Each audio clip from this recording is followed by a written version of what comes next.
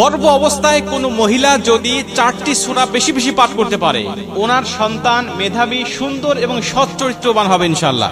এই 4টি সূরা মা বোনদেরকে বলবো, যারা প্রেগনেন্ট, যারা গর্ভ অবস্থায় আছেন, আপনারা বেশি বেশি পাঠ করবেন। প্রয়োজনে এটা অন্যদেরকেও আপনারা শোনার সুযোগ করে দিবেন, আমল করার সুযোগ করে দিবেন, এটা জানাবেন।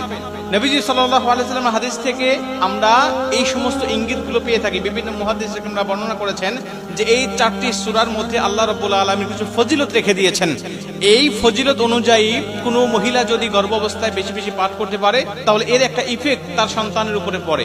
বর্তমান বিজ্ঞান বলছে সন্তানের বয়স যখন 22 সপ্তাহ থেকে 32 সপ্তাহ পর্যন্ত হয়ে যায়, তখন মায়ের পেট থেকে সে বাহিরের সবকিছু শুনতে পারে। মা কি করছে, মা কি বলছে, এটা সে শুনতে পারে।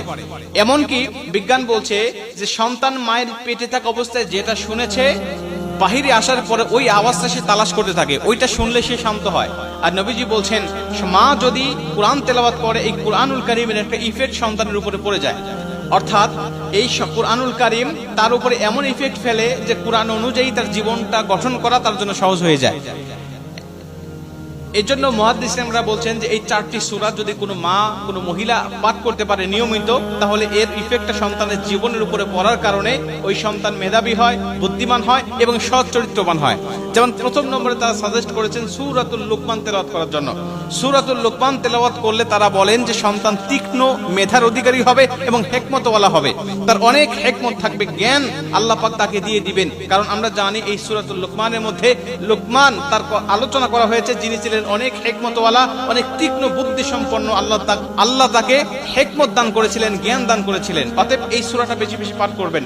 এরপরে সূরাতুল ইউসুফ, অনেক মুহাদ্দিস বলেছেন সূরা ইউসুফ যদি কোনো মা নিয়মিত তেলাওয়াত করতে পারে গর্ভ অবস্থায়, তাহলে তার সন্তান অনেক সুন্দর হবে। যদি সে মেয়ে হয় তাহলে জুলেখার মতো সুন্দরী হবে। অনেকেই বলেছেন যদি সন্তান হয় তাহলে ইউসুফ আলাইহিস সালাতু ওয়াস সালামের সৌন্দর্যর একটা রেশ আল্লাহ পাক তাকে দিয়ে দিবেন। এই জন্য সূরা ইউসুফ গর্ভ অবস্থা আপনারা বেশি বেশি তেলাওয়াত করবেন ইনশাআল্লাহ। 3 নম্বরে সূরাতুল মুহাম্মদ, যে ব্যক্তি সূরাতুল মুহাম্মদ বেশি বেশি তেলাওয়াত করে, ওই সূরাতুল মুহাম্মদ তেলাওয়াত করার কারণে আমাদের প্রিয় নবী মুহাম্মদ রাসূলুল্লাহ সাল্লাল্লাহু আলাইহি ওয়াসাল্লামের একটা ইফেক্ট তার উপরে পড়বে।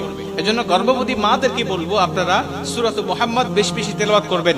রাসূল সাল্লাল্লাহু আলাইহি ওয়াসাল্লামের মতো চরিত্রবান সন্তান আল্লাহ পাক আপনাকে দান করবে। এবং 4 নম্বরে সবচেয়ে গুরুত্বপূর্ণ বিষয়, সেটা হলো আল ইমরান, সূরাতুল আল ইমরান তেলাওয়াত করা। এটা আমরা নারী এবং পুরুষ উভয় তেলাওয়াত করতে পারি বেশি বেশি। এর একটা ইফেক্ট বাস্তব জীবনে আমাদের আমলের মধ্যে পড়বে ইনশাআল্লাহ। যদি কোনো মা গর্ভাবস্থায় সূরাতুল আল ইমরান বেশি বেশি তেলাওয়াত করতে পারে, অনেক মুহাদ্দিসদের মত অনুযায়ী ওই সন্তান দ্বীনের পথে আহ্বানকারী হবে, দ্বীনের পথে আহ্বানকারী হবে এই সূরাতুল আল ইমরান যে ব্যক্তি বেশি বেশি তেলাওয়াত করে। অতএব মা বোনদেরকে বলবে এই 4টি সূরা বেশি বেশি তেলাওয়াত করবেন। আল্লাহ পাক অবশ্যই 4টি সূরার বরকতে আপনার সন্তানকে অবশ্যই নেককার বানাবেন এবং সুন্দর বানাবেন এবং সুচরিত্রের অধিকারী আল্লাহ পাক অবশ্যই আপনার সন্তানকে